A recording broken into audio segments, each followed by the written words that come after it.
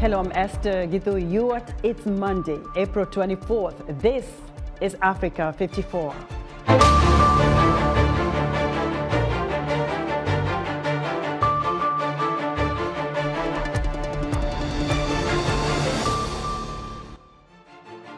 U.S. military evacuates all American government workers and a small number of diplomatic personnel from other countries in an operation in Khartoum as fighting escalates in Sudan.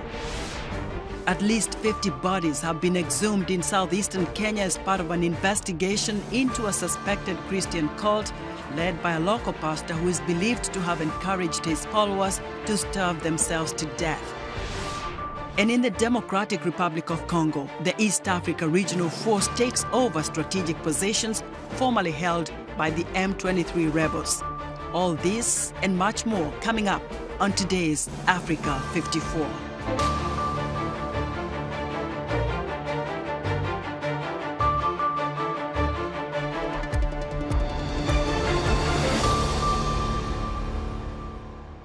We begin in Sudan, where hundreds of foreign nationals have been safely evacuated from a country where fighting between the government and armed forces and the powerful paramilitary group known as the Rapid Support Forces threatens to plunge the nation deeper into turmoil. U.S. Special Operations Forces used helicopters to ferry all American government workers and a small number of diplomatic personnel from other countries out of Khartoum. The deputy chief of the Sudanese embassy here in Washington told VOA he is not ready to give a statement on the situation. Fierce fighting raged on in Omdurman across the Nile from Khartoum on Sunday.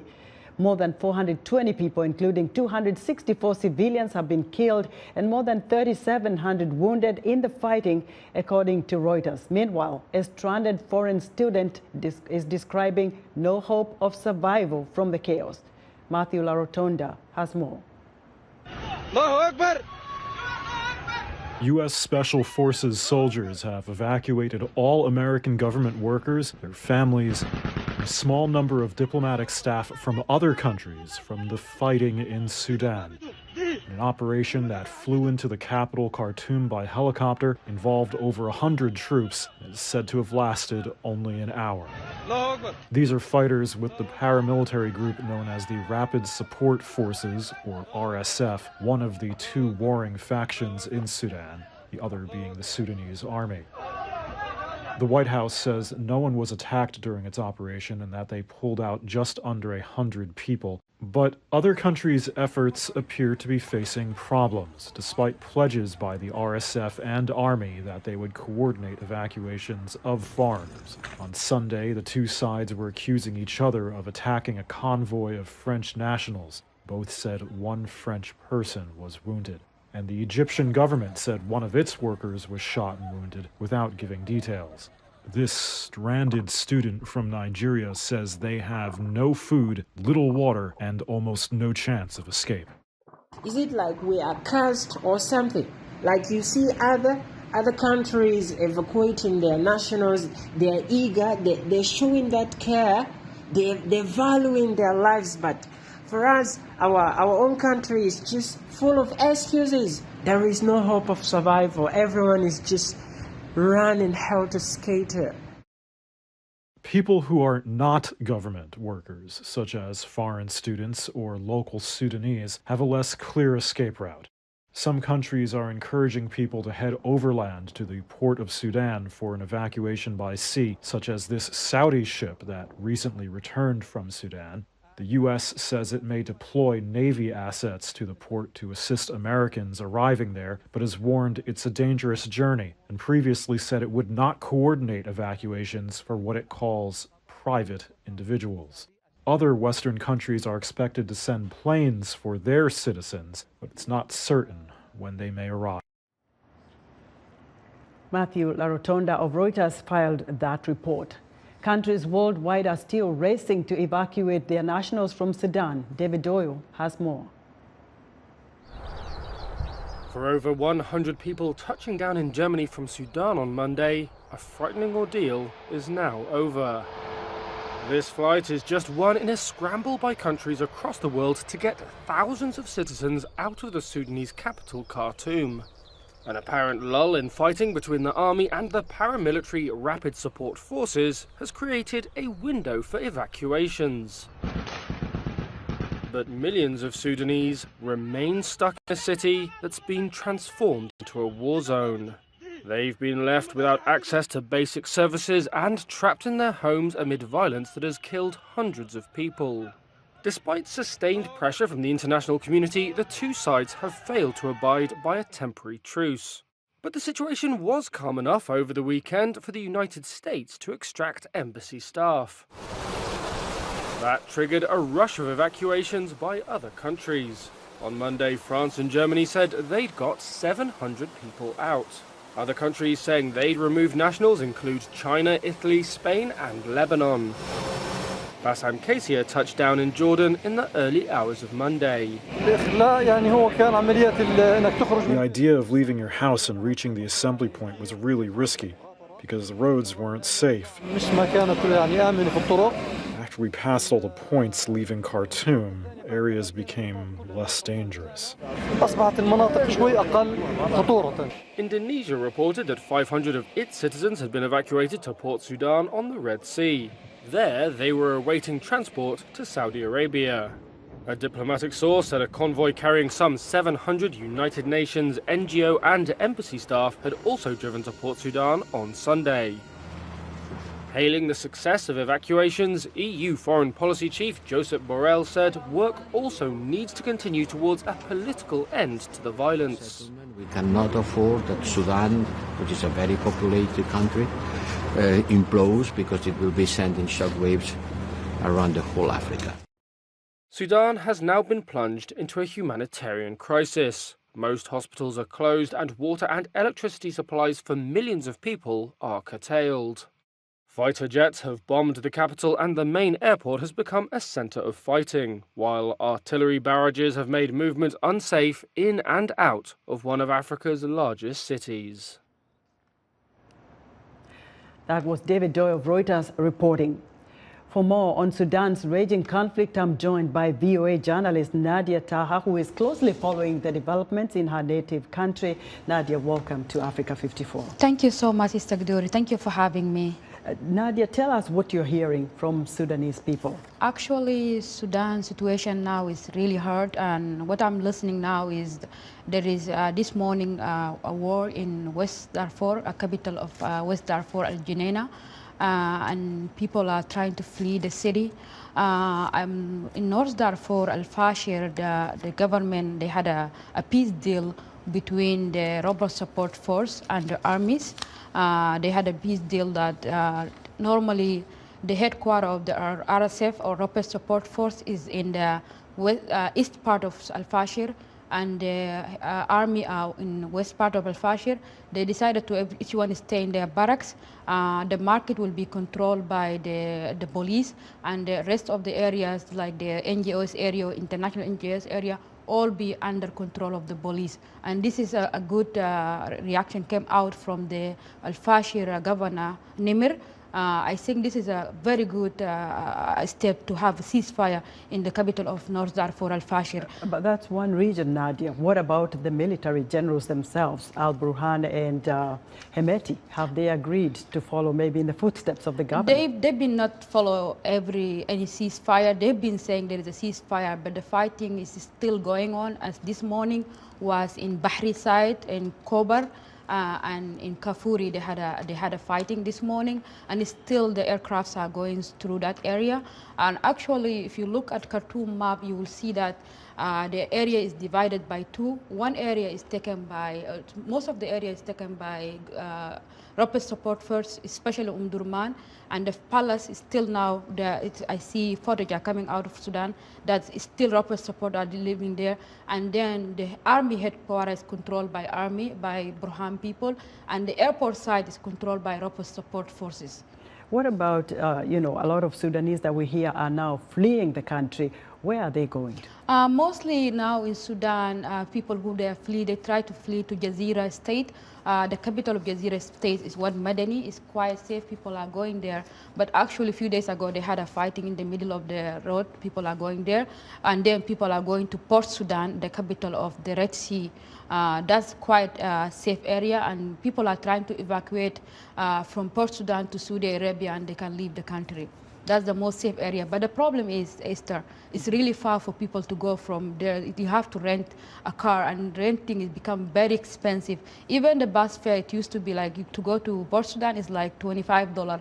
Up to now, today I spoke to my family and friend, they said almost $200 or $300. So for ordinary Israelis, it's really hard for them to leave the city. I'm so sorry to hear that. Nadia, thank you so much for your insight into this. Thank you so much. Nadia Taha is a VOA journalist. Now, VOA's Antonella Bruto was at Sudan's embassy here in Washington Monday and has the latest from there. I'm here outside of the Sudanese embassy in Washington, D.C., where I just spoke to the deputy chief of the Sudanese mission here, Mr. Ismail El Mansour, who told me that his embassy is not prepared to release a statement at this time. He instead referred me to a statement made by the Sudanese Foreign Ministry on April 18th, in which the chairman of the Sovereign Council there designates the Rapid Support Forces, or RSF, as a rebel group within the country that was resisting both Sudanese military mediation efforts and international mediation efforts. I also spoke to a very frustrated Sudanese national just outside of the embassy here, who told me that she was trying to get a passport to go back to the country, but due to the intermittent internet connection that was available in Khartoum, the embassy was no longer able to honor that request. Outside the Sudanese embassy, I'm Antonella Bruto for VOA News. Anthony, thank you. Antonella Bruto reporting from the Sudanese embassy here in Washington. A short time ago, the U.S. Secretary of State Antony Blinken spoke about the crisis in Sudan, saying, quote, the U.S. continues to be in close communication with U.S. citizens and individuals affiliated with the U.S. government to provide assistance and to facilitate available departure routes for those seeking to move to safety. Blinken also said U.S. officials are continuing to engage directly with Sudanese General al-Burhan and General Hemeti, the RSF leader. For an in-depth look at Sudan's escalating conflict, I'm joined live via Skype from Durham, North Carolina by Cameron Hudson, a senior associate in the Africa program at the Center for Strategic and International Studies. He is also a former chief of staff to the U.S. Special Envoy in Sudan. Cameron, welcome to Africa 54. Thanks for having me, Esther. You know, you have an in-depth look at this country. You've walked about, around Sudan. What do you think might be the genesis of this conflict between these two generals?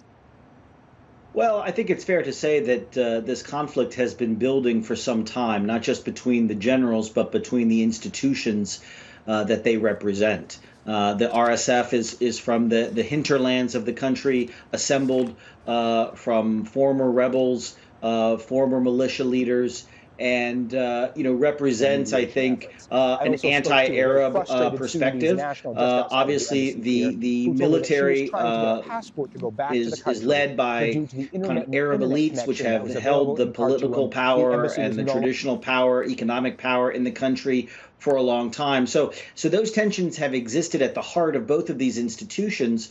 Obviously, I think that since the coup in 2021, up until that point, both generals were in a bit of a marriage of convenience, seeing it in their advantage to remain unified. But as the negotiations have gone on in the last 6 months or so to try to reestablish civilian rule in the country, attention has turned by the international community to security sector reform and how these institutions can be transformed fundamentally into one institution that is subservient to civilian leaders. And that's really where all of the tension has been fomented in the last few months and weeks, until we saw it spill out in the last 10 days. So, Cameron, seeing the escalation that we are looking at, this situation has really gone into a crisis that we did not expect. What do you think is the foreseeable future of this upheaval? Well, it's pretty clear that neither side is particularly interested in a negotiated settlement. Both sides are fully prosecuting this war against each other. I think that they see this conflict as existential, that both of them need to win in order to survive, both in a literal sense, but also in a political sense. And so I don't anticipate a pause in fighting. We've seen ceasefires essentially be ignored. But what could happen if one side begins to turn the tide is you could see parts of the country controlled by one group and parts controlled by the other. And that's a very frightening concept for civilian safety, civilian, able to move around the country. So that's certainly a problem. We also know that the region is taking notice and potentially getting involved. We've seen the RSF put out calls to other militia groups in neighboring Libya, Chad, Central African Republic. So there would be a great concern if other outside forces or governments got involved in this fight. That could certainly deepen and prolong the fight in ways that I think that would be very unhelpful to any potential mediation. Cameron, we'll have to get you back. You know the stuff about this escalating situation, but thank you very much for your insight. Thank you. Cameron Hudson is a senior associate in the Africa program at the Center for Strategic and International Studies. He is a former chief of staff to the U.S. Special Envoy in Sudan. Viewers, Veronica Valdez, Iglesias takes a look at the options being considered to provide support to those left behind amid the fighting in Sudan. Hours after diplomats from the United States and other countries were safely evacuated, images of the Sudanese paramilitary Rapid Support Forces and their leader, Mohamed Hamdan Daglo, appeared to show them defiant near the presidential palace complex. VOA can't independently verify the footage, but reports of heavy infighting between the RSF and the Sudanese armed forces continue to emerge. British Prime Minister Rishi Sunak announced Sunday in a tweet that Britain's diplomatic staff has left the country. The U.S. is currently assessing how to support thousands of American citizens left behind, retired Colonel Steve Gagnier told ABC. The Pentagon overnight said that they could maybe think about setting up a safe corridor between Khartoum and Port Sudan, and that presumably using drones would allow the U.S. Navy to take people out by sea. The majority of U.S. civilians still in Sudan are Sudanese Americans working on aid missions, said Democratic Senator Mark Warner on ABC's This Week. There is actually a UN effort now to get people from Khartoum out over the land corridor. And I know we are working with a lot of international partners. In this case, partners from the Middle East, even I believe working with China and Europeans to say those aid workers, we need to find a safe way to get them out. For the moment, they'll need to keep sheltering in place, Warner added. The world can't forget the urgent need to broker a ceasefire for the sake of the Sudanese people. Analyst Rebecca Hamilton told VOA via Skype. What Sudan really needs, what the Sudanese people have been telling us for a long time, is a truly inclusive peace process that is going to be hard and messy and take a long time, but is worth the fight to get to a sustainable democracy. At the Vatican on Sunday, Pope Francis asked for prayers for the Sudanese people. I am renewing my appeal that violence cease as soon as possible and that the path of dialogue resumes. The World Food Programme has said in recent days that an impressive number of children are among the refugees fleeing the conflict and that their immediate necessity is drinking water. Veronica Valdez Iglesias, VOA News, Washington. Elsewhere, Kenyan police say the Criminal Investigation Department has exhumed the bodies of another 27 people believed to be members of a cult whose followers stabbed themselves to death. This discovery brings to at least 50 the number of corpses linked to the movement found in 3 days. Officials had earlier reported 7 deaths in connection with the investigation in eastern Kenya following the arrest of Mackenzie Ndenge, who reportedly told followers to starve themselves in order to meet Jesus. Ndenge, the leader of the Good News International Church, turned himself in to police and was charged last month. He was released on bail of $700 US. Still to come, the East Africa Regional Force takes over positions formerly held by the M23 Rebels. We'll be right back.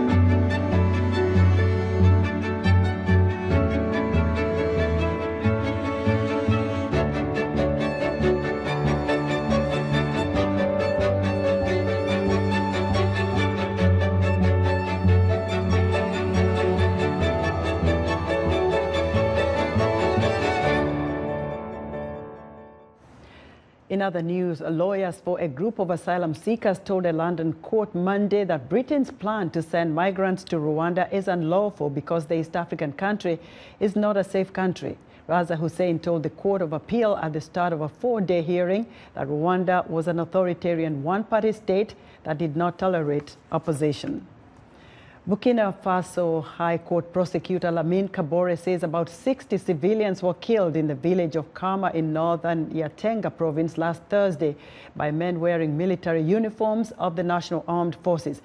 Kabore says the wounded have been evacuated to health facilities and an investigation is underway. And the health ministry in Equatorial Guinea says the death toll from an outbreak of Marburg virus has risen to 12.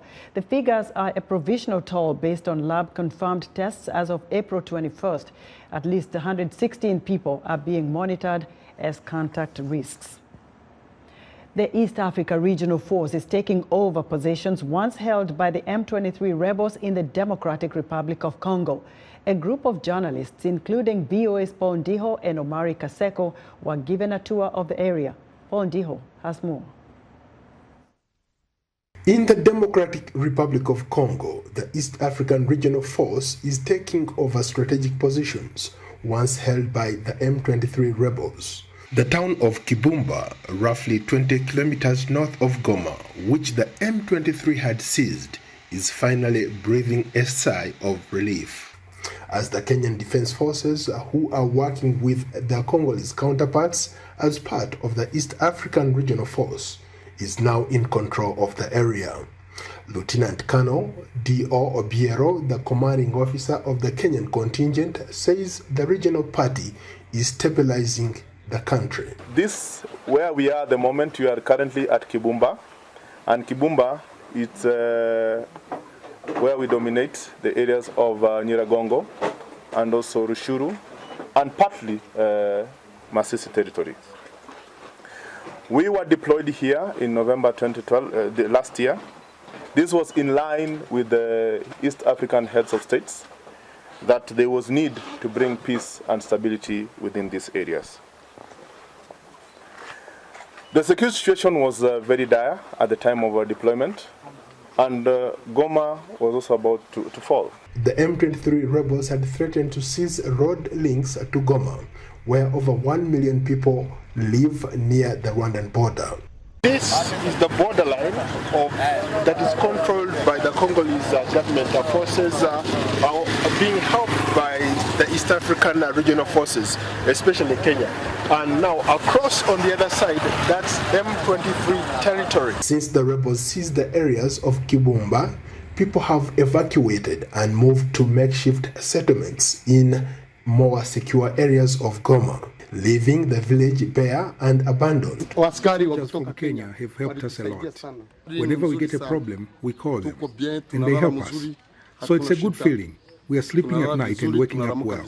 Every house here in a radius of 2 kilometers is now empty. The nearby hospital is now desolate after being looted. We are doing fine, but we are hungry and don't have medicine. Our biggest challenge is that we don't have medicine. When you get sick, there is no medicine, and hunger is killing us. Others are not so optimistic about the future. What is not surprising is the war's impact on this community. When we talk about the impact of war, this is what we are talking about. As you can see, there is not a single human being in this house. Most of these people have fled. They're somewhere in a refugee camp. People share the same sentiment when driving down the street, the Kimbumba Trading Center. We are hungry. Hunger will kill us for sure. I can see businesses picking up. People are beginning to go back to the market and, sell stuff. Even you are seeing them. They are doing their business. And the people try to come back from the refugees camp. Okay. So now you are seeing the movement here. However, there is optimism for the future with the 7-nation East African Community Internal Security Force deployment to Eastern Congo, despite the disruptive activities of M23. Paul Ndiho, VOA News, Goma, DRC. And that's our show for today. Be sure to watch Africa 54 on our website at voaafrica.com. From all of us here in Washington, thanks for watching.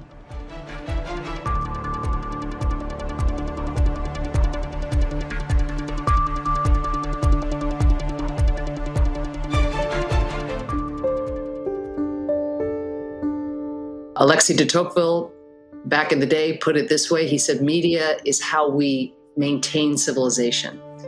And that is high praise, but also I think really speaks to the indispensability. Independent media is facing existential challenges at the moment. One of them is direct onslaught from autocrats. Another is the financial health crisis spurred by this rapidly transforming media environment. In the past 17 years, the number of countries that have a score of 0 out of 4 on the media freedom indicator has more than doubled. Powerful people who seek to control the narrative spread inaccurate information to drown out the truth. They silence journalists.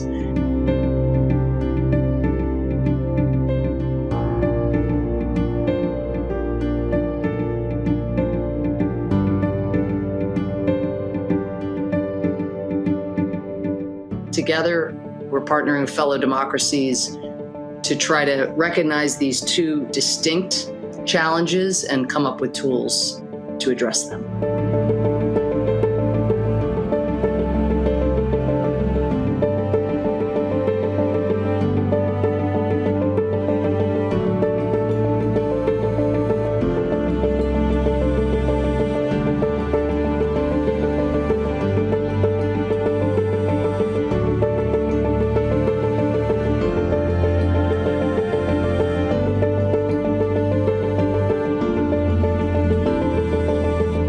I want to use this occasion as a call to action for anybody who finds this intriguing and would like to get involved or to join.